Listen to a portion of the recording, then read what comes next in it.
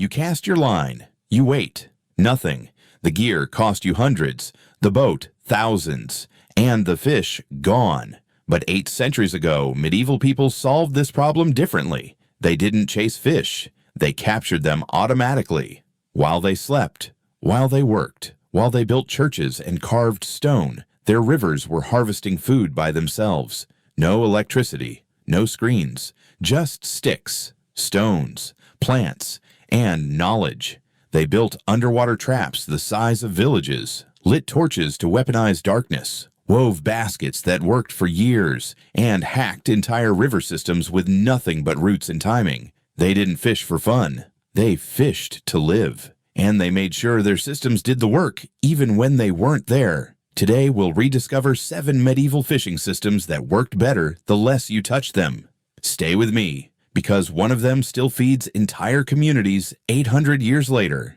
In most modern towns, rivers are scenery, a backdrop for walking paths, a photo spot. But for medieval communities, rivers were survival. They weren't just fishing spots. They were production systems, engineered, maintained, inherited. These people didn't go fishing. They redirected fish migration. They didn't bring home what they caught. They harvested what their systems delivered. It wasn't a hobby. It wasn't a guess.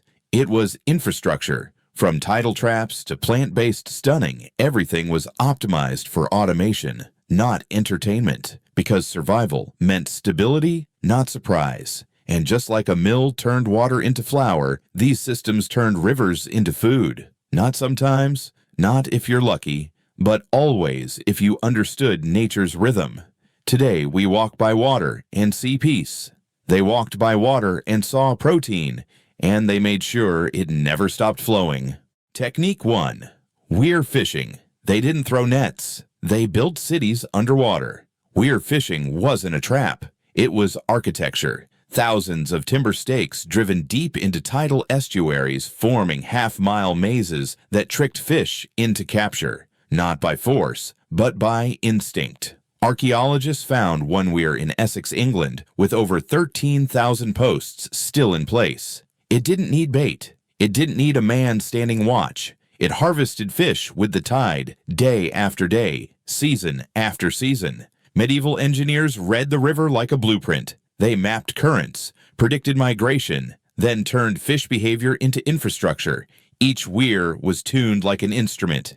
Eel weirs, salmon weirs, permanent food supply, zero maintenance. This wasn't random luck. This was ecosystem mastery. And in a world without freezers, this was better than storage. It was renewable meat on demand.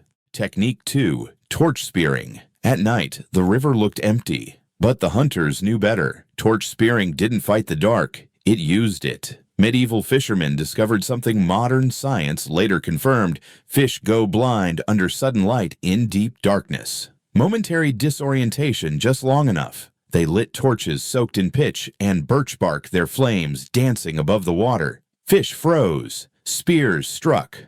This wasn't luck. This was neurological warfare. Spears had 3 to 5 barbed prongs, never let a catch slip. Some fishermen hunted alone, but the most effective went in teams. One held light, the other struck true. Refraction twisted angles. They learned to aim not at the fish, but beside it. Each movement silent, each strike precise. And when dawn came, they didn't return empty-handed. They turned fear into advantage, and the night into their most productive hour. Technique 3. Willow basket traps. They didn't buy traps. They grew them. 3 years before catching a single fish, medieval fishermen planted willow on purpose. They knew young shoots were too weak. Only mature, winter-harvested rods had the strength and bend they needed. These weren't baskets. They were engineered machines, woven with 2 chambers, one wide, welcoming funnel, one tight, impossible escape hatch. Placed in streams, left overnight, they worked while the fishermen slept. Patterns mattered. Mesh spacing controlled what passed and what didn't. Thicker wands for frame, thinner for grip, boiled or stripped to control water resistance. The best designs held their shape in strong currents, but let water flow freely, never alerting fish. And when spring floods snapped a frame, you didn't call a supplier. You walked to the riverbank, cut more willow, and built another. Sustainability wasn't theory, it was survival. Technique 4. Long line fishing. 1 rope, 100 hooks, no fishermen in sight. Long line fishing wasn't a net, it was a grid. A fishing system spread across the ocean floor, anchored, baited, and left alone. Medieval communities tied miles of handmade ropes, staked it at low tide, and attached hooks every few feet. Each line took hours to prepare, but worked for days. Tides did the rest. Fish came, got hooked, and waited until the fishermen returned. It wasn't labor that caught the fish. It was rhythm, understanding tidal timing, reading water like a clock, and baiting with what the fish actually ate. No sonar, no motor, just tide, tension, and trust in the system. This wasn't recreational fishing. This was passive protein farming in sync with the ocean. Technique 5. Plant stunning. They didn't chase fish. They drugged the river. Medieval communities discovered something modern biology later verified: certain roots release compounds that stun fish without killing them. They called it barbasco. We call it biochemical warfare. Fishermen crushed roots by hand, mixed them into thick paste, and released it upstream carefully.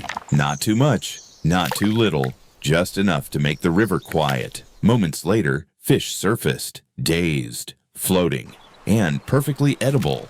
No nets, no hooks, just baskets waiting. It wasn't about brute force, it was timing, flow control, knowing when a fish couldn't fight back. And within hours, the river recovered. The fish that escaped, they'd be back next season. Sustainability didn't mean less efficient. It meant clever enough to not burn the future. Technique 6.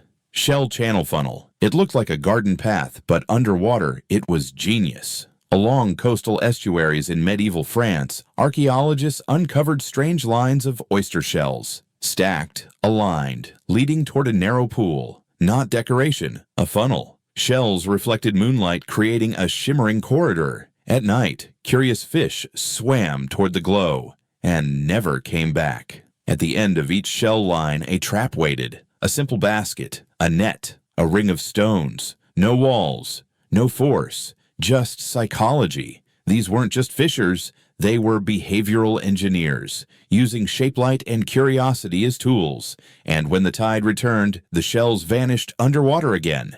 Reset, rearmed, invisible. You didn't need strength to harvest the ocean. You needed understanding. Technique 7. Rock ring pools. No nets, no tools, just rocks and the tide. Along the shores of Brittany and western Scotland, medieval people built wide rings of stone just below the high tide mark. The ocean rolled in, fish followed, then the tide retreated and the fish stayed, trapped. Not by walls, but by nature's own rhythm. These weren't random piles. Each ring was carefully placed low enough to let water in high enough to keep fish from jumping out. Maintenance none. Longevity centuries. Fishermen didn't chase fish. They built places where fish chased themselves. This wasn't force. It was design. And when the tide came again, the system reset itself. No waste, no reset button. Just a silent circular contract between stone, sea, and survival. These weren't fishing trips. They were food systems. Medieval people didn't guess. They engineered.